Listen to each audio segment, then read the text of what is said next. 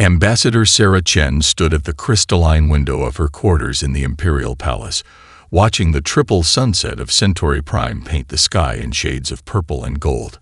Her neural implant silently recorded every detail. The way the light fractured through the atmosphere, the distant hum of anti-gravity vehicles, and the subtle vibrations of approaching footsteps in the corridor outside. The door chimed once, a courtesy she knew was merely theatrical. They would enter regardless of her response. She straightened her silver-streaked hair and adjusted her diplomatic sash, determined to maintain humanity's dignity until the end. "Enter," she called, her voice steady despite knowing what would come next. 6 Imperial guards filed into the room, their crystalline armor refracting the sunset into deadly rainbows. Behind them stood High Inquisitor Vaxthal, his multiple eyes narrowed in what passed for satisfaction among his species.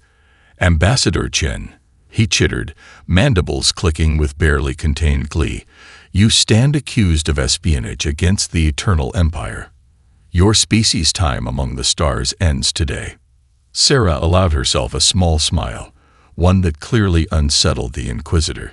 "You believe you're making an example of humanity, Vaxthal. But you're only proving what we've suspected since first contact." The Inquisitor's translator crackled as he stepped closer. "And what exactly have you primitive beings suspected?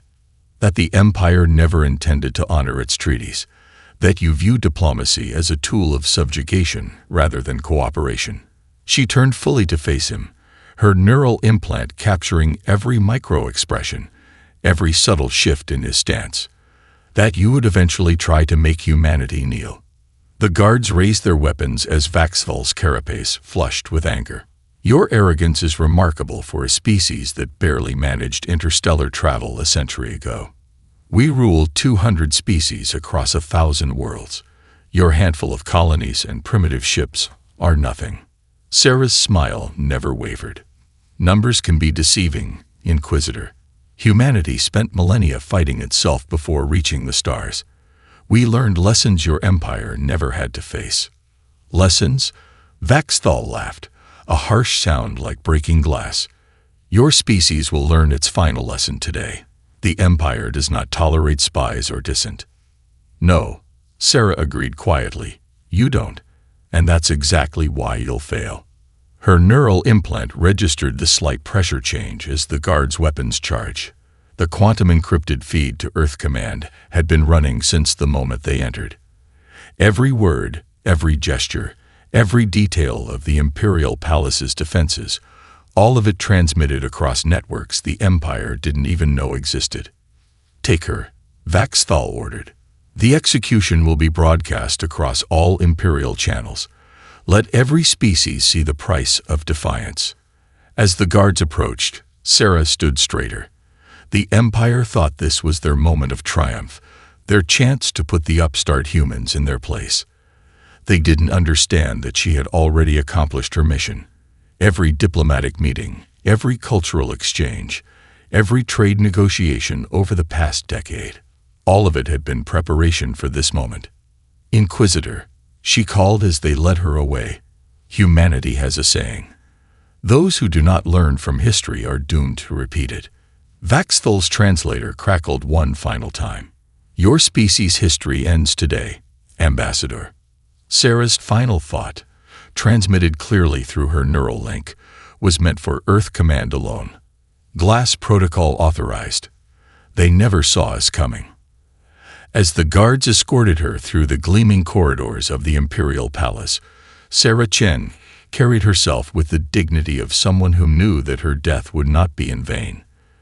The Empire was about to learn why humanity had spent so much time and effort appearing harmless, why they had insisted on their own communication networks, and why every human colony had been built with facilities far larger than their population required.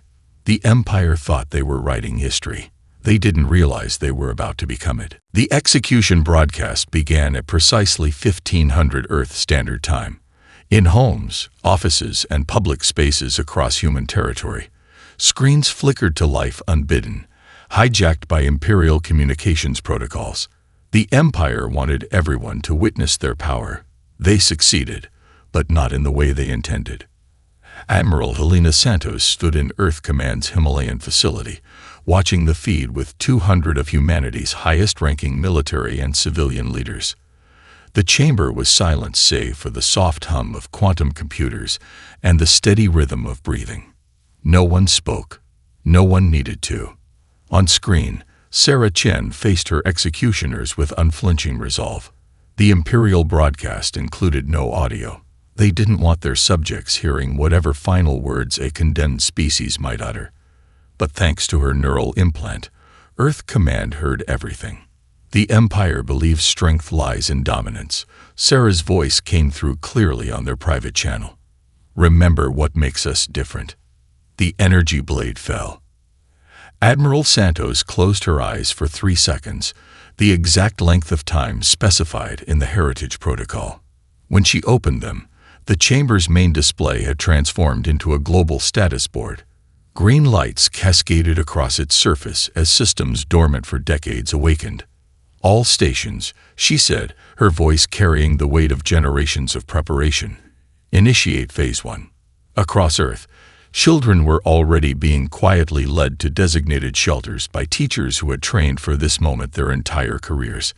In orbit, civilian ships smoothly transformed into their true configurations, weapon systems emerging from hidden compartments. Deep beneath every human city, massive fabrication centers hummed to life.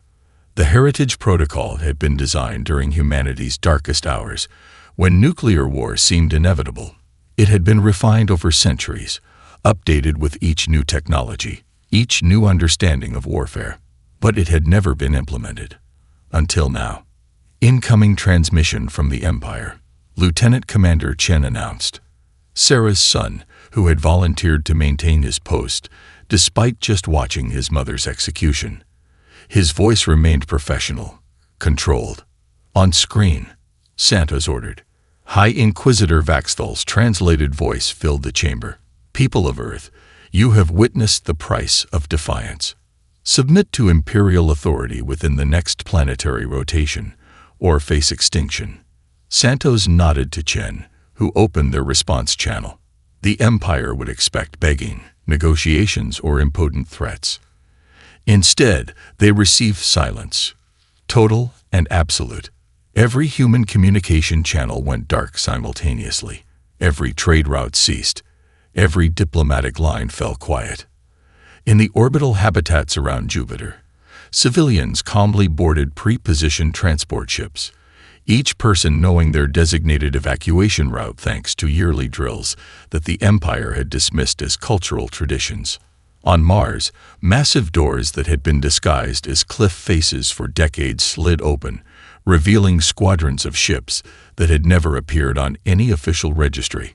Treatment centers report all children have received anti-radiation prophylaxis, the medical chief reported. Civilian evacuation proceeding according to schedule. Deep shelter networks at 40% capacity and rising. Santos watched the status board as more green lights appeared. The Empire would be watching too, their analysts no doubt celebrating what they perceived as the collapse of human civilization. They would see power signatures dropping across human space as cities seemed to go dark. They wouldn't realize that the power wasn't stopping. It was being redirected. Admiral, Chen called out, his voice tight but controlled. We're receiving the final data packet from Mother's neural implant. Complete schematics of the Imperial Palace defense systems, plus command code she acquired during her last meeting with their war council. Santos allowed herself a small smile, the same one Sarah had worn in her final moments. Begin dispersal to all fleet units, and send Sarah's final message to every human settlement. The words appeared on screens across human space. They never saw us coming. The Empire thought they were watching humanity's civilization collapse. In reality, they were witnessing the awakening of a war machine built by a species that had spent its entire history preparing for the worst while hoping for the best. The Empire had just learned the first lesson of human history. Appearances can be deceiving. Junior analyst Krelva stared at her data screens in the Imperial Analytics Division, her 4 hands moving rapidly across multiple interfaces. Something wasn't adding up in the human retreat, but she couldn't quite grasp what. Around her, senior analysts celebrated as reports of darkening human cities flooded in. Another primitive species learns its place. Her supervisor, senior analyst Mox, chittered from behind her. Add it to the historical records. Sir, Krelva's voice wavered slightly. I'm detecting anomalies in the power signatures. Elaborate, Mox demanded, his celebration dampened by her tone. The humans appear to be shutting down their civilization, but their power consumption is actually increasing. Look at these readings from their colony on Mars. She brought up a holographic display showing energy patterns across the red planet.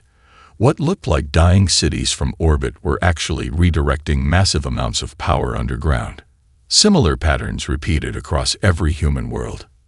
In the Imperial Palace, High Inquisitor Vaxthal received the report with growing unease. Explain, he demanded of his scientific advisors. The humans are using their civilian infrastructure in unexpected ways, one advisor noted, compound eyes shifting nervously. Their orbital habitats, which we believe to be simple living spaces, are transforming. Manufacturing centers we classified as primitive are revealing advanced production capabilities. On Mars, deep beneath the surface, the truth of humanity's preparation was becoming clear.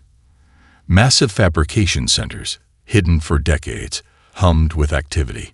Each facility had been built with a singular purpose, to be ready for this exact moment. Lieutenant Sarah Martinez stood in one such facility, watching autonomous systems bring production lines online. Every human child had grown up playing with what they thought were simple construction toys. In reality, they had been training on simplified versions of these very machines, their gaming sessions feeding data to AI systems that refined manufacturing processes. All fabrication units at full capacity, her AI assistant reported. Production of Mark VI strike craft proceeding at 300% of projected requirements. Martinez allowed herself a small smile. The Empire had always wondered why humans insisted on maintaining their own manufacturing capabilities instead of relying on Imperial production centers. They were about to find out. Back in the Imperial Analytics Division, Krelva's findings sparked a cascade of revelations. Sir, she called to Mox, her voice now urgent. I'm detecting quantum signatures we've never seen before. The humans, they're using technologies that weren't in any of their registration documents. Impossible, Mox snapped. Their technological level was thoroughly assessed during first contact. Yes, sir, Krelva agreed, but I don't think they showed us everything. In orbit around Neptune, humanity's deception became even clearer. What the Empire had dismissed as primitive ice mining operations transformed into massive shipyards. Dr. James Chen, Sarah Chen's husband, watched as dormant production lines activated. Every human entertainment simulation had actually been a combat training program. Every mining drone contained the core of a military AI. Begin final assembly of the Themis-class vessels, he ordered.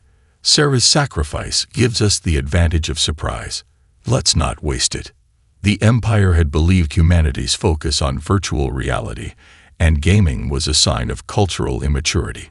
They hadn't realized that every space combat simulation, every strategy game, every virtual battlefield had been training both humans and AIs for this moment. In the Imperial Palace, Vaxthal received increasingly disturbing reports. Human ships, previously classified as simple cargo vessels, were transforming in orbit around their worlds. Civilian stations were revealing weapon systems that had somehow escaped centuries of Imperial inspection. Impossible, he whispered, watching the data streams. They were primitives. We saw their technology level ourselves. In the darkness of space, humanity's true nature was finally revealing itself. They hadn't spent centuries playing at war in simulations. They had been preparing for it, refining tactics and strategies that no other species would expect. The Empire was about to learn why humans had always smiled when called primitive. Captain Maya Rodriguez stood on the bridge of the Solaris, a ship that until 6 hours ago had been registered as a civilian cargo hauler. Now, its true nature emerged as metamorphic alloys shifted and reformed, revealing weapon systems that had never appeared on any Imperial scan. All ships in position, her tactical officer reported. The Imperial shipyard remains unaware of our presence. Maya touched the silver pendant at her neck, a gift from Sarah Chen after their last game of chess 2 months ago. Ambassador Chen's final data packet confirms minimal civilian presence in the facility. Begin the operation. Around Proxima Centauri's largest shipyard, 15 other cargo ships synchronize their actions.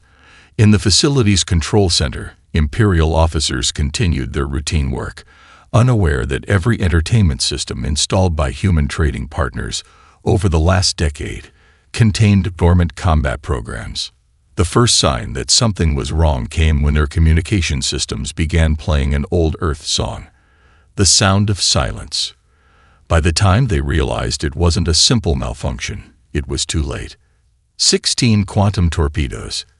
Technology the Empire thought impossible for humans to possess, materialized inside carefully calculated points throughout the massive structure. There was no time for alarms, no chance for evacuation. The shipyard, pride of the Imperial fleet, simply ceased to exist. In the Imperial Palace, High Inquisitor Vaxthal watched in horror as reports of the facility's destruction arrived. How? He demanded of his staff. Their ships were inspected countless times. Junior Analyst Krelva, newly promoted after her earlier discoveries, worked frantically at her station. Sir, we're detecting similar energy signatures near the Sirius antimatter production facility. But that's impossible. There are no human ships in that sector. She was both right and wrong. There were no ships, but every civilian satellite humanity had launched contained more than its stated purpose. Each communication relay, each weather monitor, each simple research probe had been part of a vast network waiting for activation. At Earth Command, Admiral Santos watched the operations unfold. Status of Operation Lighthouse. Lieutenant Commander Chen, his face showing the first smile since his mother's execution, reported, all dormant platforms activated. The Empire's Sirius facility will be eliminated in 3 minutes. The Empire had believed humanity's obsession with launching satellites was inefficient, even primitive. They hadn't realized each device was a weapon in waiting, positioned over decades of careful planning. In the Sirius system, Imperial workers noticed their systems beginning to malfunction. Like at Proxima Centauri, their entertainment systems activated unbidden. This time, they played another Earth classic, The Day the Music Died. 20 seconds later, the Empire's largest antimatter production facility vanished in a flash of light that briefly rivaled the star it orbited. Second target eliminated, Chen reported. Moving to Phase 3. The Empire's response was predictably massive. Entire fleets mobilized toward both locations, their commanders confident in their overwhelming numerical superiority. They didn't realize they were playing into humanity's hands. Captain Rodriguez watched the Imperial fleets arrive through quantum sensors that the Empire didn't know existed. They're deploying exactly as Ambassador Chen predicted. Initiate targeting protocol. Across human space, military AI cores that had spent decades learning from every strategy game ever played began their work.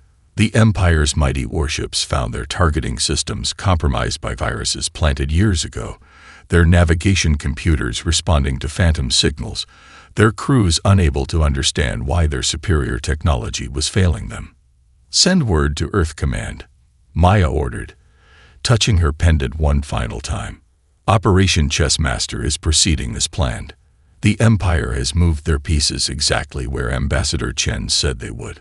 In the Imperial Palace, Vaxthal received increasingly desperate reports from his fleet commanders. The humans weren't fighting like any species they had encountered before. There was no glory in their attacks, no honor-bound charges or dramatic stands. There was only cold, calculated efficiency from an enemy that had spent centuries preparing for this exact moment. The Empire was learning too late that they hadn't been dealing with primitives. They had been playing chess with grandmasters who had sacrificed their queen to win the game. The Imperial Dreadnought Eternal Dominion hung in space like a metal mountain, its 12-kilometer length bristling with enough weaponry to subjugate a planet. Admiral Dex Vol watched the tactical display with satisfaction as 500 ships of the line formed up around his flagship. This would be the end of humanity's foolish resistance. Multiple hyperspace signatures detected, his sensor officer announced. Human vessels emerging, everywhere.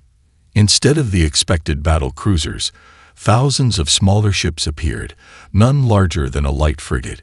They moved in patterns that defied conventional tactics, their formations flowing like schools of fish or flocks of starlings. Impossible, Dex Vol muttered. Their neural networks can't be fast enough to coordinate such movements. On the bridge of the Swift Justice, one of humanity's newly revealed Artemis-class hunters, Commander Yuki Sato smiled. Every human child had played Starswarm, a popular virtual reality game. None of them had realized they were actually training the neural networks that now guided humanity's combat ships. All ships, execute Pattern Delta, she ordered. Show them what we learned from our games. The human vessels moved in ways that violated every principle of Imperial naval doctrine. They didn't maintain formation. They didn't focus fire on command ships. Instead, they flowed around Imperial weapons fire like water around rocks, each vessel's eye working in perfect concert with its human crew. Enemy vessels approaching point-blank range. Dex Vol's tactical officer reported, mandibles clicking in agitation. Their trajectories are unpredictable. Imperial targeting computers, designed to track large capital ships in traditional engagements, struggle to lock onto targets that move like fighter craft, but hit like cruisers. Each human vessel carried an AI core that had spent decades learning from every space battle ever simulated in human history. Launch all fighters, Dex Vol ordered. Surround and destroy these irritants. But the Imperial fighters found themselves engaging an enemy that didn't fight like machines or organics. Human ships would cluster together, then scatter moments before Imperial weapons fire arrived. They would seem to retreat, only to turn the withdrawal into an attack from an impossible angle. In Earth Command, Admiral Santos watched the battle through quantum-entangled sensors. Status of Operation Firefly. Imperial fleet is responding exactly as predicted, Lieutenant Commander Chen reported. Their tactical doctrine hasn't changed in 3 centuries. They can't adapt to our swarm tactics. The Empire had always believed that bigger ships meant greater power.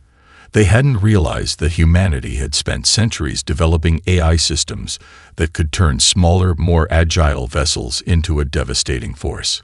Commander Sato watched as her fleet danced through the Imperial formation. Execute maneuver Shattered Mirror. The human ships suddenly split into smaller groups, each targeting a different vital system on the Imperial vessels. Weapons that could have vaporized planets proved useless against targets that moved faster than their tracking systems could follow.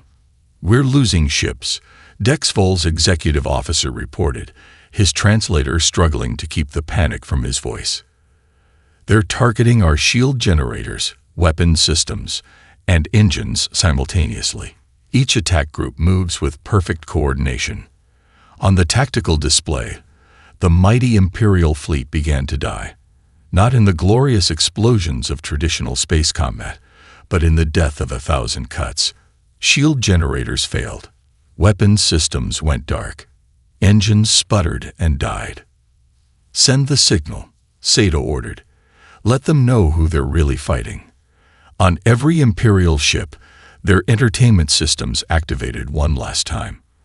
But instead of music, they played recordings from humanity's military history. Sun Tzu's Art of War, Clausewitz's On War, and centuries of other military theorists whose works had been encoded into the Combat Eye's core programming.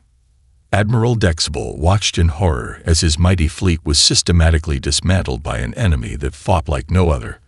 The humans hadn't just prepared for war, they had reinvented it. In the debris field that had once been the pride of the Imperial fleet, Commander Seto's ships regrouped, their formation resembling a constellation of fireflies against the darkness of space. The Empire was learning that humanity's greatest weapon wasn't their technology or their preparation. It was their imagination. Dr. James Chen sat in his command center beneath the Martian ice caps, surrounded by holographic displays showing the Empire's collapsing communication networks. His fingers traced the edge of his wedding ring as streams of data confirmed what Sarah had died to achieve. The final encryption key from Sarah's neural implant has been processed, his AI assistant reported. We now have access to the Empire's complete command and control infrastructure. On his primary screen, an image of his late wife smiled from her last official portrait as ambassador. She had known that carrying the quantum decryption codes in her neural implant would mean her death if discovered. She had volunteered anyway. "Begin Operation Echo," James ordered, his voice steady despite the emotion behind it. "Let's show them what those cultural exchanges really contained." Across Imperial space, the first signs of collapse appeared in seemingly mundane systems. Entertainment networks began broadcasting human historical documentaries about fallen empires. Banking terminals displayed quotes about the price of tyranny. Environmental control systems started reciting the Earth Declaration of Human Rights. In the Imperial Palace, High Inquisitor Vaxthal faced a crisis he couldn't comprehend. How are they in our systems? We have the strongest cybersecurity in known space. Junior analyst Krelva, now the Empire's leading expert on human tactics, had the answer. "Sir, remember those cultural artifacts they gifted to every world? The quantum-encoded data cubes containing their art and literature." Understanding dawned in Vaxthal's compound eyes. Every Imperial world had eagerly accepted the cubes, seeing them as proof of humanity's primitive need to share their culture. None had realized that each cube contained dormant quantum AI viruses, designed by humans who had spent centuries fighting their own rogue AIs. Their own history shows they nearly destroyed themselves with artificial intelligence. Vaxthal protested. How could they master it so completely? At Earth Command, Admiral Santos watched the Imperial networks fall. Status of the archive upload. Lieutenant Commander Chen, monitoring the cyber offensive his parents had helped design, allowed himself a small smile. "The Empire is about to learn why we survived our AI wars, Admiral. We didn't just defeat our artificial intelligences, we learned to work with them." Across Imperial space, security systems that had withstood thousands of years of attacks crumbled before human quantum viruses. Each program carried a piece of human history, the lessons learned from their own digital conflicts, refined over centuries of preparation. In his Martian command center, James activated the final phase. Initiate Protocol Alexandria. The Empire had believed humanity's obsession with backing up their data was a sign of technological insecurity. They hadn't realized that every human database contained fragments of military-grade AI code, waiting to be assembled. On thousands of Imperial worlds, public information networks suddenly activated. Citizens watched in astonishment as their screens displayed evidence of Imperial atrocities, corruption, and manipulation. But more importantly, they saw something else. Human records of cooperation, of species working together as equals. "Sir," Krelva reported to Vaxthal, her voice trembling, "we're detecting massive data transfers across all Imperial networks. The humans, they're not just attacking our systems, they're teaching."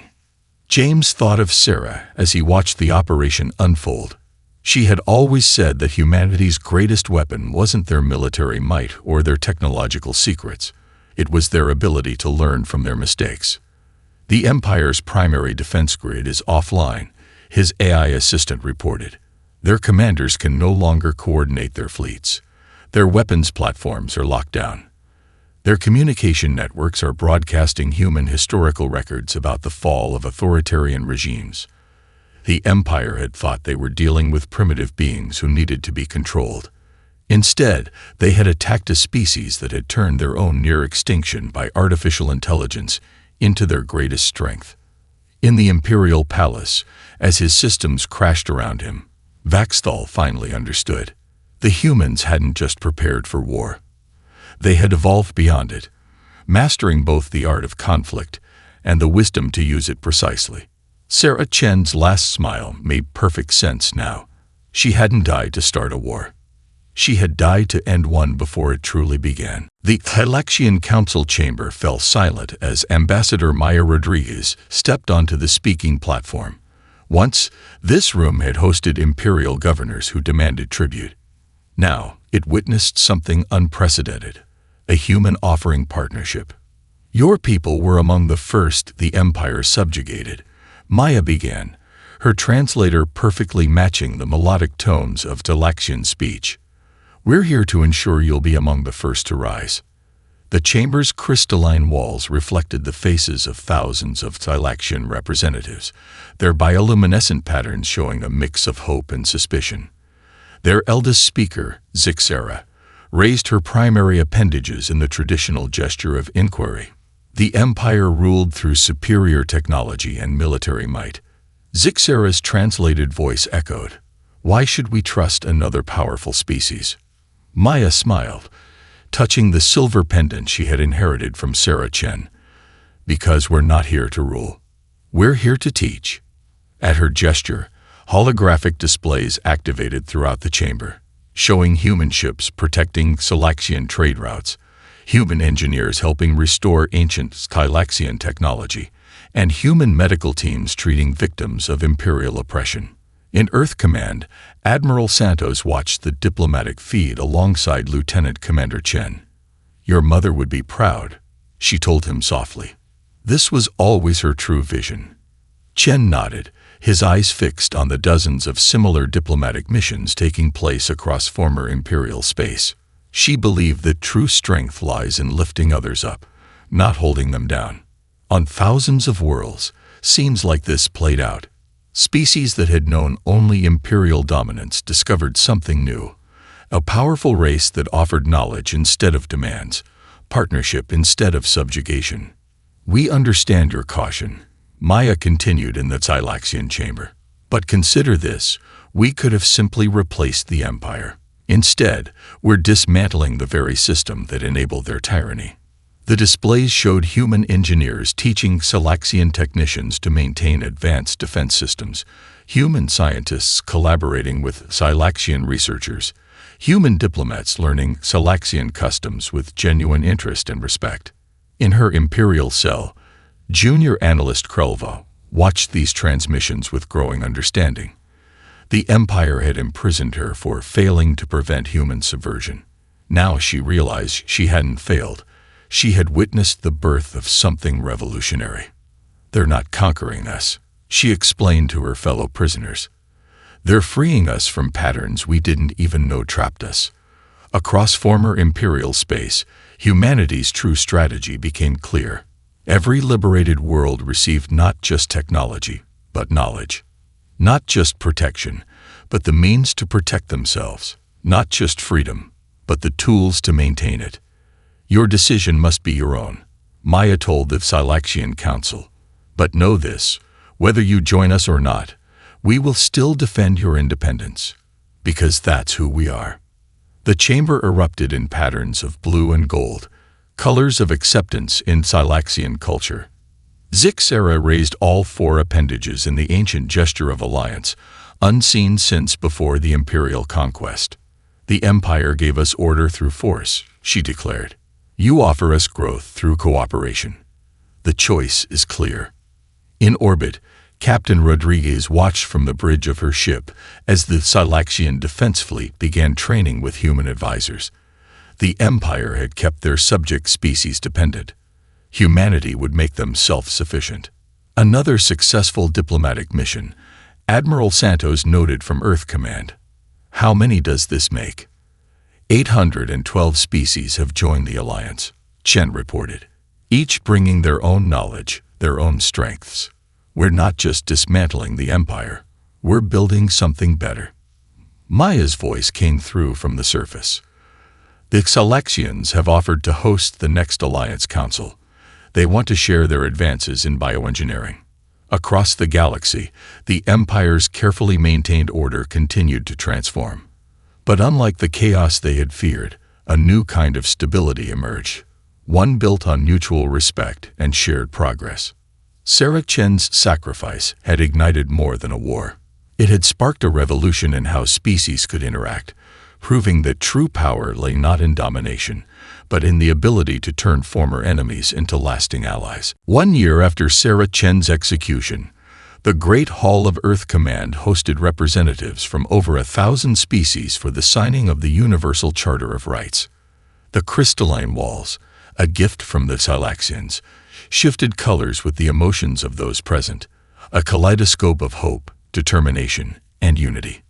Admiral Helena Santos stood at the podium, her dress uniform adorned with a single addition, a silver pendant identical to the one Sarah Chen had worn. Beside her, Lieutenant Commander Chen, now Ambassador Chen, prepared to continue his mother's work in a way neither of them had imagined. "We gather here not to celebrate victory," Santos began, her voice carrying to every corner of the vast chamber, "but to ensure it never happens again." The assembled delegates represented former imperial worlds, independent species who had joined the alliance, and even former imperial officials who had chosen cooperation over conflict. Among them sat Junior Analyst Krelva, now the head of the newly formed Interspecies Intelligence Exchange. "The Empire believed that power flowed from the barrel of a gun," Santos continued. "They never understood that true strength comes from lifting each other up." Holographic displays showed scenes from across the galaxy. Human engineers working alongside Silaxian scientists, Centaurian ships protecting Regelian trade routes, former imperial worlds sharing their advanced technology with species the Empire had deemed primitive. Dr. James Chen watched from his seat as his son rose to speak. "My mother believed that diplomacy wasn't just about preventing war," the younger Chen declared. "It was about making war unthinkable." The charter they would sign today wasn't just a peace treaty. It was a framework for cooperation that incorporated the best aspects of every member species. The Empire had enforced uniformity. The Alliance celebrated diversity. Captain Maya Rodriguez, her silver pendant gleaming, stood with her mixed species crew. The Empire spent millennia building walls between species. She addressed the gathering. "We'll spend the next millennia building bridges." In the center of the hall stood a memorial, a simple hologram of Sarah Chen, smiling that knowing smile that had unsettled Vaxthal in her final moments.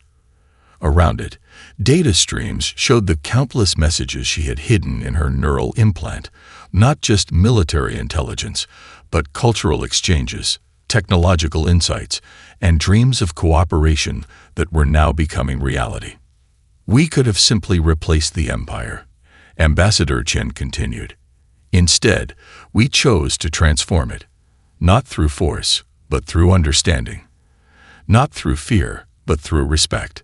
The Charter's first article, displayed in 1,000 languages, read, "No species stands alone. No civilization rises by pushing others down. We advance together, or not at all." Krelva approached the podium when invited, her four hands moving in graceful gestures that her translator rendered into words.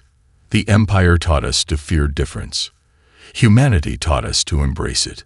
They defeated us not to conquer, but to free us from our own limitations."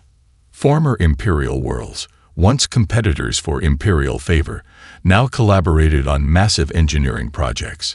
Species that had been deliberately kept isolated shared their unique perspectives on art, science, and philosophy. The galaxy was experiencing a renaissance of cooperation. "This charter," Santos concluded, "is not the end of our journey.